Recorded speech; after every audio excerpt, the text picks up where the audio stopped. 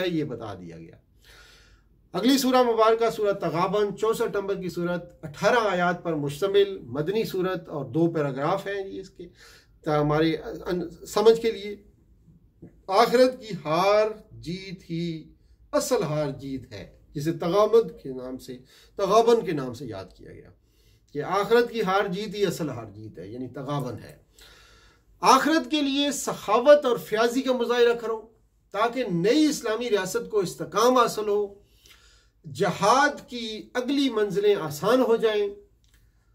और इस मरकजी मजमून को समझने के लिए 2 हिस्सों में हमने इसको तकसीम किया जी। पहला हिस्से में आयत 1 से 13 आती हैं जो कि मुशरिकीन मक्का के खिलाफ फर्द जुर्म और दावत तौहीद और आखरत है।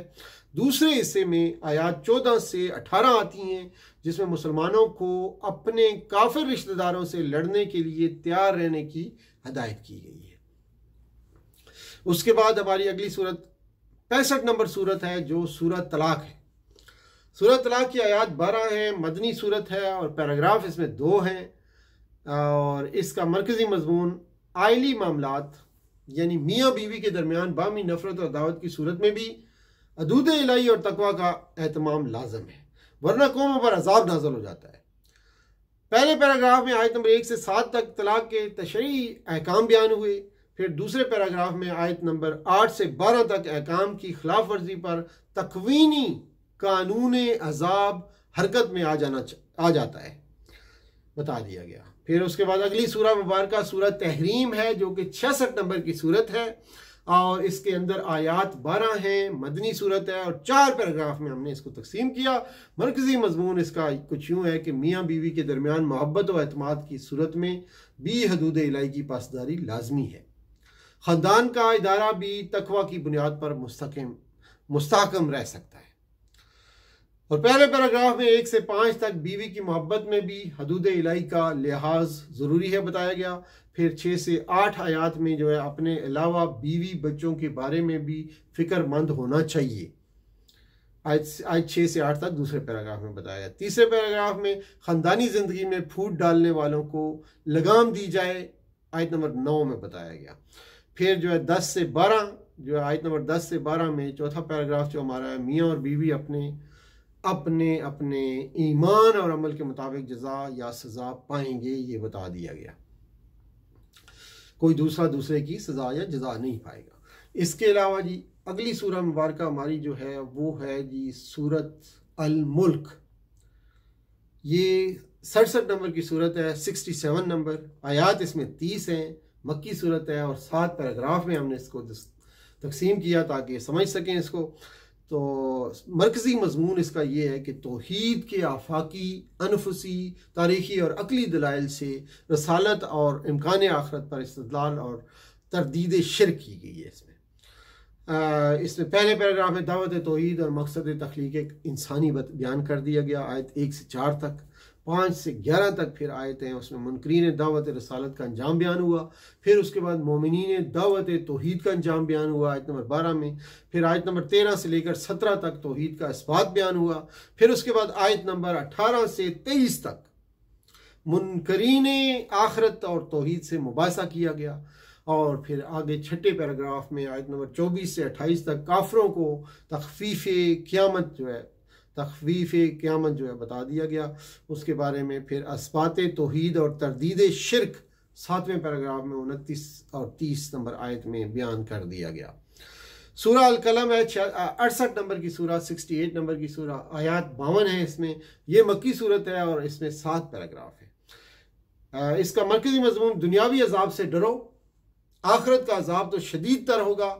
कज़ालिकल अजाब यानी कि वाला अज़ाबुल आखिरत अकबर लौ कानू यालमून, यानी इसका ये मरकज़ी मजमून है कि ये वो अजाब है और आखिरत का अजाब शदीद तर होगा और अल्लाह के अजाब से डरो, शायद कि तुम जानते होते। और पहले पैराग्राफ में आयत 1 से 7 तक अच्छे बुरे बराबर नहीं हो सकते, साले की आदत के अखलाक और औसाफ बयान हुए।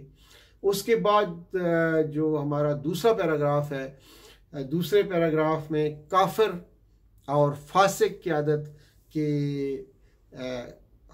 अखलाक और औसाफ, उनके खल्लाक और औसाफ बयान हुए। और फिर फासिक और फाजिर बाग वालों का किस्सा, मुजरमीन का अंजाम बताने के लिए बयान कर दिया गया। और 17 ता 32 नंबर आयत में, चौथे पैराग्राफ में आयत नंबर 33 है जो मरकज़ी मजमून से मुतालिक है, और यानी दुनियावी अजाब से डरो, आखिरत का अजाब तो शदीद तर होगा। पाँचवें पैराग्राफ में मुत्तकीन का अंजाम बयान किया गया, और जिसमें 34 से 36 तक आयत नंबर आती हैं। मुजरमीन और मुस्लिमीन का अंजाम मुख्तलिफ होगा, ये बता दिया गया। छठे पैराग्राफ में फिर 37 से 50 तक आयत में जो है सवालात हैं, और फिर जल्दबाजी से बचने का हुक्म दिया गया। सातवें और आखिरी पैराग्राफ 51 से 52 आयत में हकीकत कुरान के बारे में हमें बता दिया गया, कुरान की क्या हकीकत है।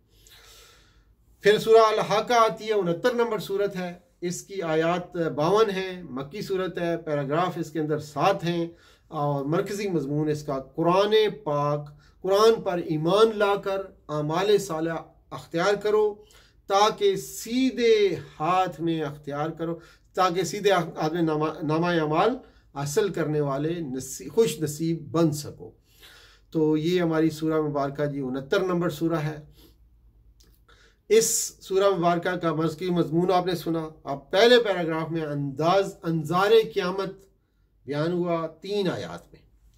फिर अगली आयत 4 से 12 तक जो है उसमें बयान हुआ तारीख़ अलाकत अक़वाम, यानी कि आद, समूद, फ़िरौन, कौम लूत और कौम नूह अलैहिस्सलाम का अंजाम जो है बयान हुआ।